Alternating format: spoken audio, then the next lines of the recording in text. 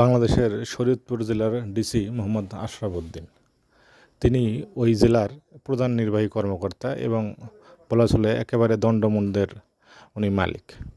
বর্তমানে যেহেতু বাংলাদেশের উপজেলা পরিষদ নাই, সংসদ নাই, সেই হিসেবে ওই জেলার সর্বময় ক্ষমতার মালিক হচ্ছে ওইখানকার ডিসি।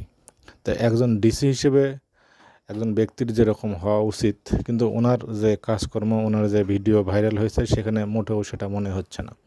উনি স্পষ্টতই দেখা যাচ্ছে ওনার শপথ ভঙ্গ করেছেন, উনি দায়িত্ব পালনে ব্যর্থতার পরিচয় দিয়েছেন। সেখানে দেখা যাচ্ছে যে উনি নিজস্ব আবেগ অনুভূতিকে আশ্রয় দিয়ে একেবারেই জনগণের ভাগ্য নিয়ে ছিনিমিনি খেলছেন। এখন বলতেই হবে যে আমাদের দেশের জনগণের ভাগ্য এতটাই খারাপ যে আমাদের একজন ডিসি, একজন জেলার প্রধান নির্বাহীর অবস্থা এরকম হয়।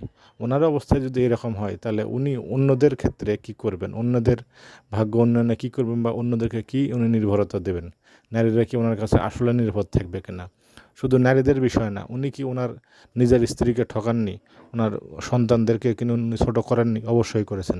শুধু তাই নয়, উনি একটা মারাত্মক অপরাধ করেছেন, সেটা অন্যের স্ত্রীকে উনি প্রলুব্ধ করেছেন, সেটাও একটা মারাত্মক অন্যায়ের মধ্যে পড়ে। সেই পরিবারটাকে উনি ধ্বংস করেছেন। দেখা যাচ্ছে উনি এবার ফেসবুক লাইভে এসে উনি কথা বলতেছেন, এটা বিষয়টা আরও কষ্টকর। মানে ওনার মধ্যে একজন এত আবেগী একজন ব্যক্তিত্ব কি করে একটা জেলার ডিসির দায়িত্ব পালন করতে পারে, তা মোটেও বোধগম্য নাই। সরকারের উচিত হবে অতি সত্বর এরকম আবেগী ব্যক্তিত্বকে ডিসি পদ থেকে প্রত্যাহার করা এবং সেই সাথে সরকারের ভাবমূর্তি উদ্ধার করা। না হলে ওই এলাকার জনগণকে আরও অনেক বেশি ভুগতে হবে।